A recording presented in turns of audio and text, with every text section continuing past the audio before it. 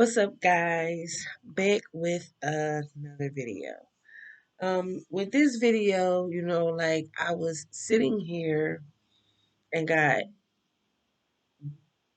all the way through my hair and realized that, oh, well, wait, while I'm getting ready for my date night, why not do a story time? Personal story time, of course. But before I get into all of that, um, I am going to do what I do every video. I'm going to ask that you like, subscribe, and please do comment down below with any suggestions on topics,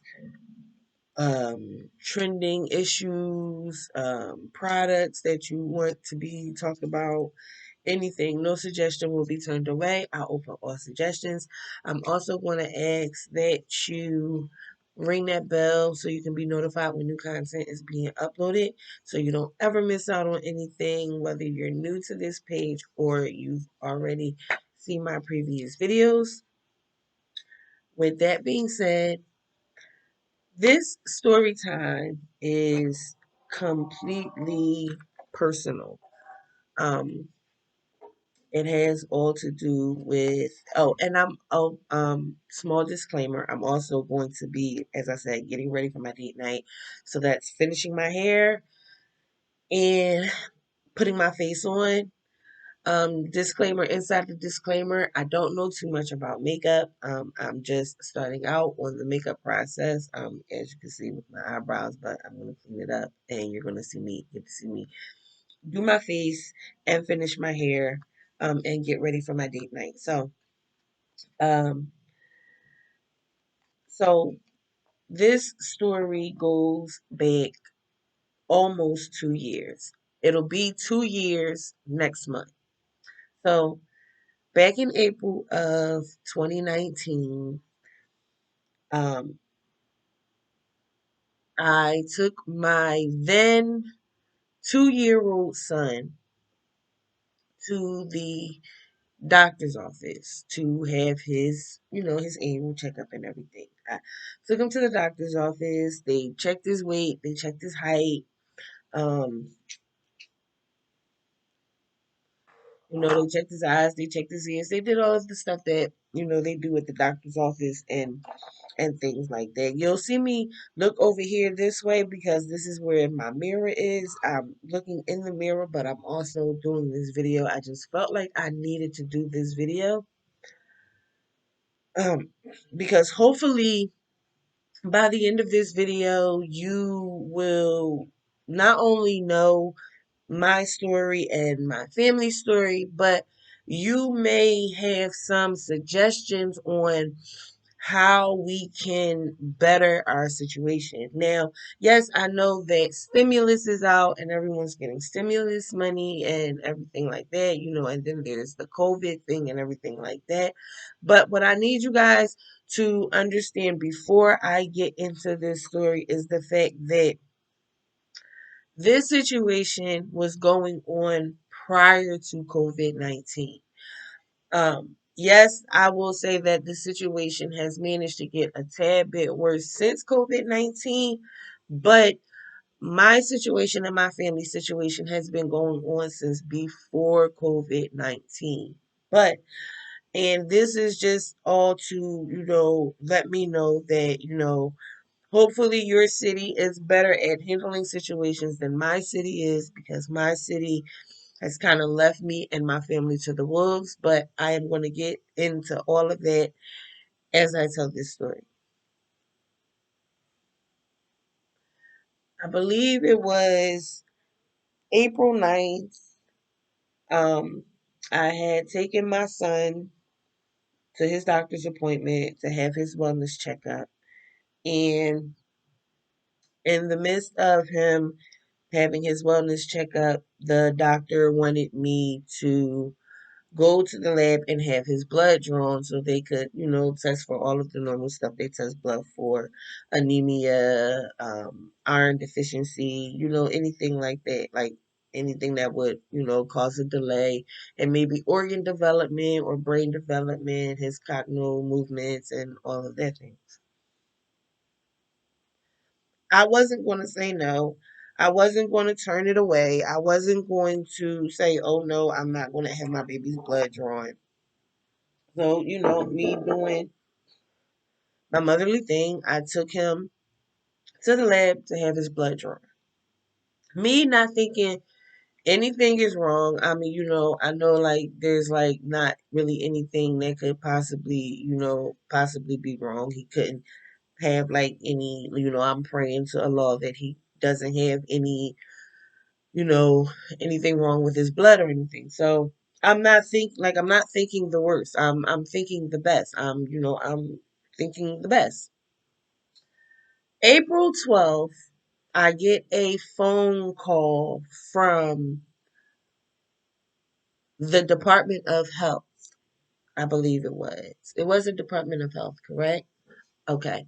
It was the Department of Health. And they were calling me to let me know that my son had an intensely high level of lead in his blood system.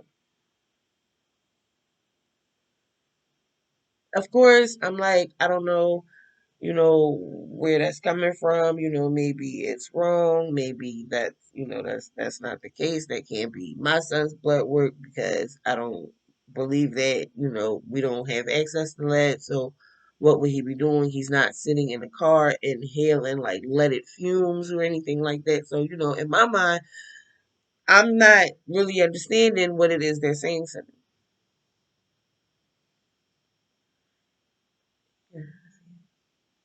Oh, so if you see me like drift off to the side, if I'm not looking into the mirror, I'm talking to my kid's father. So yeah, he is here. And you may even hear him shout out some facts that I may be forgetting in and out of the video. So just it's this is actually just like a raw video. You guys are gonna see me finish my hair, do my face, and you're gonna get this story. Now, so I'm like, okay, what do I do now? So now I am waiting for a phone call from his doctor's office to let me know what it is I'm supposed to do now. The doctor's office called me. They let me know that my son tested positive for lead, having lead in his blood system, in his bloodstream, and they wanted to monitor him. They wanted to keep an eye on him because, lead has a huge effect on teeth, brain development, and everything like that. So of course, they want to monitor him. They want to, they want to keep him be updated on everything that he's doing and everything. And then they gave me a list of foods that I could give him that would help kind of flush out his system. But we needed to find out, of course, where the source of the lead exposure was coming from. So, of course, once the Department of Health got involved, license and inspection got involved, and then this organization called Lead and Healthy Homes got involved. So now all of these people are involved in this matter of my son having lead in his system.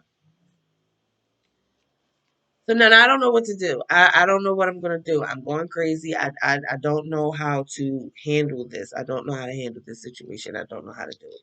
So, of course, my mother, who was alive at the time, I call her. I let her know, Mom, baby boy got lead poisoning. Um, Department of Health has called me. They came out. Um, well, no, they didn't come out. I'm sorry. Excuse that. They called me. They want to come out and they want to check my house. So now we're in the phase where license and inspection and lead and healthy homes are coming out to my house to test my house to see if the source of lead exposure is my house.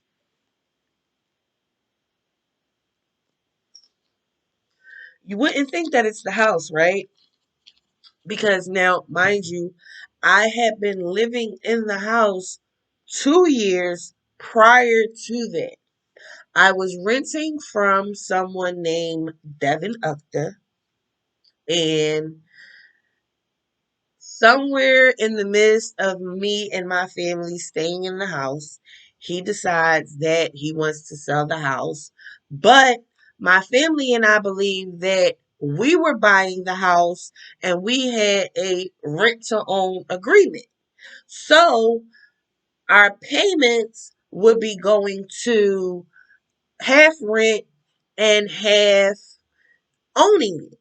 That is what we assumed. That is what we thought. So we didn't think that we would be having a conversation that he was selling the house. He even sent the people to the house while we were there. And interesting enough, there was this one lady that he sent there who was very rude, who was making very, very disrespectful comments about him. But being as though he was my landlord, of course I'm going to stand up for him because I'm your tenant. And, I don't know what type of conversations are going to be held after you leave this house and you tell him about the house. I don't know, but it won't be that your tenant is very disrespectful. It won't be that. So aside from all of the disrespectful things that she said, I called him, I notified him, I let him know. I said, listen, this lady, Karen Moore, do not sell the house to her, because if you're saying that we can stay here because you breached our agreement, you're saying that we can still stay here. She's going to try to put us out and make this house a rooming house. So she can have, like, make rooms out of all of the space in the house and have different families and different people living in the house. Okay. I let him know this. Interesting enough, this is the person that he sells the house to. You BRT the property. His name is still on the property. Karen Moore is just the contact person. She's not the owner of the house. I disclose all of this information because it is very valuable to the story of my son having the lead poisoning. So I just wanted to give you guys that bit of information because that is very, very important and valuable to the story. So there's no way that we can make this long story a short story because it's too much information, and I need for you guys to soak it all in and listen to every detail of the story. All right. So, after they come out to check the house, I am waiting for the results to find out if it is my residence that is causing my son's lead exposure. What do you know? By April 15th, I have my answer. My entire house tested positive for lead. Yay! Lucky us, right? Right. So I notify this new landlord, Karen Moore, that the house has tested positive for lead, and now we are awaiting the next steps on what can be done. She never contacts me back. She never listens, like she never responds back. So in my head, I'm thinking that the reason why she's not responding back is because she's thinking that I'm trying to skip out on paying the rent by saying that there's something wrong with the house. She never responds back. Once I take a look at the results, I'm looking at everything that they tested and everywhere that they tested. And it's crazy because these are like all of the areas in which my son has access. Like he learned how to walk in there. He was born in that house. He was born in that house. So conceived in that house. So um every day up until the day we vacated the premises is in that house. So everything that he knows is in that house. So the steps in which he crawls up and down the steps, the floors that he walked, the walls that he touched. the bathroom that he goes in, everywhere in the house, there is lead exposure. So I let her know. And as soon as Lead and Healthy Homes and License and Inspection sends me the next round of paperwork, they also send me her paperwork.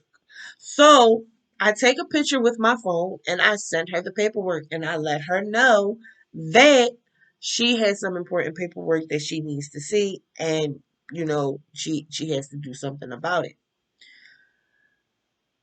She doesn't respond back right away. So, Lead and Healthy Homes, a Philadelphia organization, sends me out a letter in April saying that I do not have to pay her rent until the house is up to code.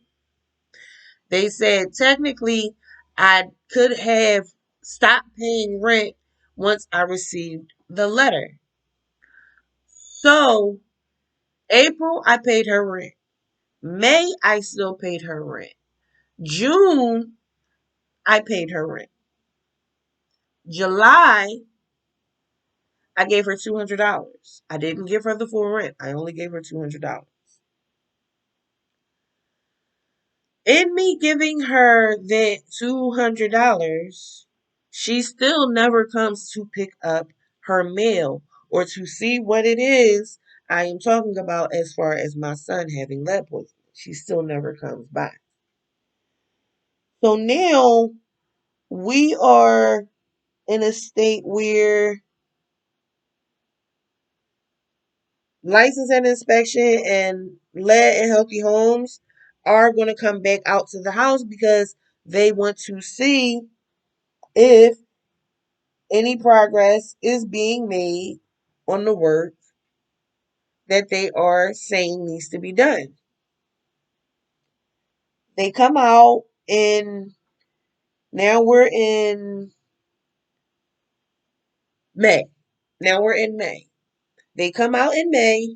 They see that still no work is done. And they still see the letter that they originally addressed to her still sitting in the house waiting for her to come and pick it up. She has not done so. So, of course, this is looking like negligence on her part. She doesn't care. She doesn't care at all. She doesn't care. So now we are, excuse me for a second. So now we are we are flying out of May. She's received her rent, and now we're in June, and she receives her rent again. License and inspection, Lead and Healthy Homes, they come back out. They see that still no work is done. So now every time that they come out, they are sending me a new letter letting me know that I do not have to pay the rent for the month and I do not have to put it in escrow. As long as the house is not up to code, I don't have to pay her rent. So now I'm like, okay, I don't know what happens next. License and inspection say, license and inspection and Lead and Healthy Homes inform me that the moment she starts to take action on the house, my family and we need to vacate the premises so we're not a hindrance in the work. So we're not stopping the work from being done. We need to vacate the premises and allow the landlord to do the work necessary to make the house livable. As long as the landlord is not responding and coming to get the information, we have no reason to leave the premises. But as long as license and inspection and Lead and Healthy Homes is informing us that we don't have to pay her the rent, I am taking this time, utilizing this time to, of course, start getting my kids ready for the school year because school is getting ready to approach. They have to get ready to go to school, and I need to be up on my game. I was working at 7-Eleven at the time, and I was a which and still am actually right now a full-time temple student. So trying to get everything together and still be on top of everything that I need to be on top of for my son who has the lead poisoning, and then everything that I need to do for the family. So, as I am trying to get everything situated, I get a phone call from an attorney. This is a supposed to be a lead tenant landlord attorney. He hears about the case and he wants to take my landlord to court for my son having the lead poison. I mean, having the lead poisoning. And he tells me that, in this state, that we have um a law. There's a law where the landlord is held responsible for my son contracting the lead poisoning. And then on top of that, we have the negligence and not, doing what needs to be done to get it corrected.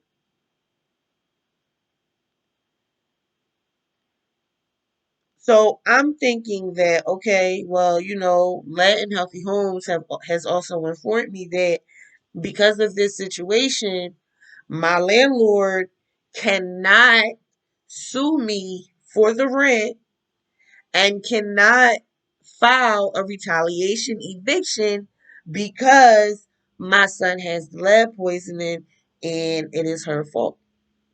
And because the city is taking her to court, she cannot retaliate or anything of the sort. Well, apparently they gave us that memo, but they didn't give it to her. So, with that being said, so the lawyer takes her to court. My son wins. The landlord owes my son $12,000 for him having the lead poisoning in his system. We have the court documents. It is a judgment against the landlord for $12,000. She owed him and her, Devin and Karen. They both owe my son $12,000. But somehow or another, Karen Moore, I will say her name again, Karen Moore, managed to weasel her way out of having to pay any money. And here we are, about to be 2021, and my son still does not have his settlement. But we'll get to that. They take her to court. We win. We're waiting on the money. She's still ignoring the fact that the city of Philadelphia has instructed her to fix the house. She says when she finally does get in touch with me, she says that the reason why she didn't come to get the letter from my house was because it came to my house, which meant it could have been addressed to any Karen Moore because it didn't go to her address. So she didn't think it was for her. So of course I'm baffled. My mind is blown as to how quickly she came up with her synopsis on things. So, with that being the way that she was thinking, I felt like I needed to tell License and Inspection and Lead and Healthy Homes exactly how it was she felt, and exactly how she felt like she didn't need to take any action or do anything. So once she has made or taken the initiative to actually do something about the lead in the home, my family and I, we vacate. But because we are, under the impression that we are coming back to our home once she makes it livable, we take all of our stuff and we put it in the basement of our home. So we leave out. And in the beginning, we had no place to go. We were not sure what we were going to do. We were not sure, what was going to happen or anything like that. But my kids, they had some friends in the neighborhood that they were able to stay with, so they weren't, sleeping outside or having to share a bed, at a hotel or anything, made sure that they were comfortable. And I paid the friends that they were staying with, because, that's the right thing to do. When you ask for a favor, it's only right to make sure that, the people that you're asking these favors from are like well taken care of. You would want them to be well taken care of. At least that's how I see it. So, you know, so we're past June, we're past July, now we're in August. So this back and forth thing has been going on April, May, June, July. Has been going on for 4 months. Now, 3 of those months, like I said, I paid her rent. And for July, I only gave her $200 because she was bluntly ignoring, even after me paying the rent, she was bluntly ignoring what was going on. So, with me seeing that this is what she's doing and this is how she's responding, and now she's finally doing something, and we leave out. Me and the kids' dad, we go to a hotel while the kids are staying, with the friends and everything that they're staying with. And we're thinking that it's temporary. Of course, we're believing that it's temporary. So we're not thinking that, it's going to go any further than the city saying, the 30 days. So now we're in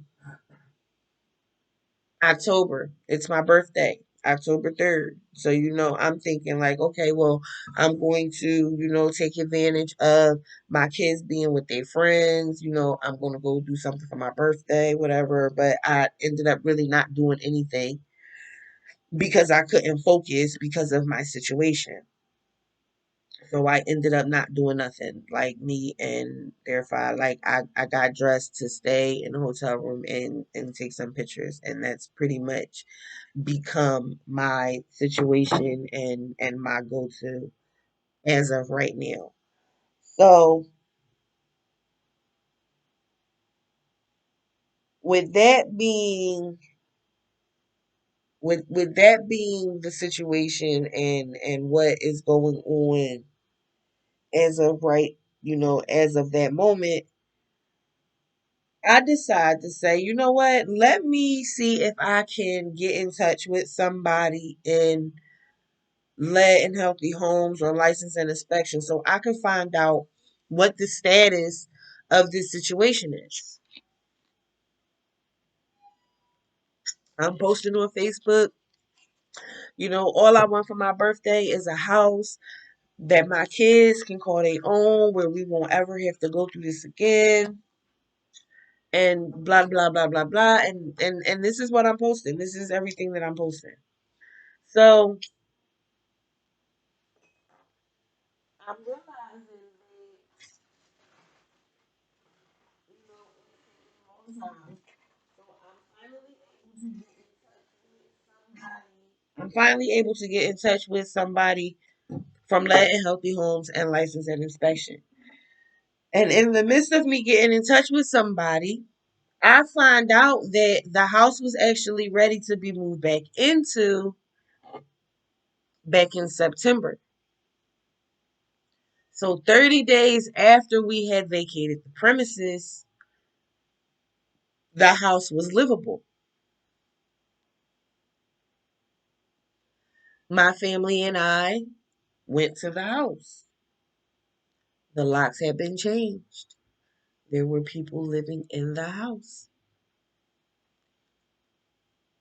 I said, okay.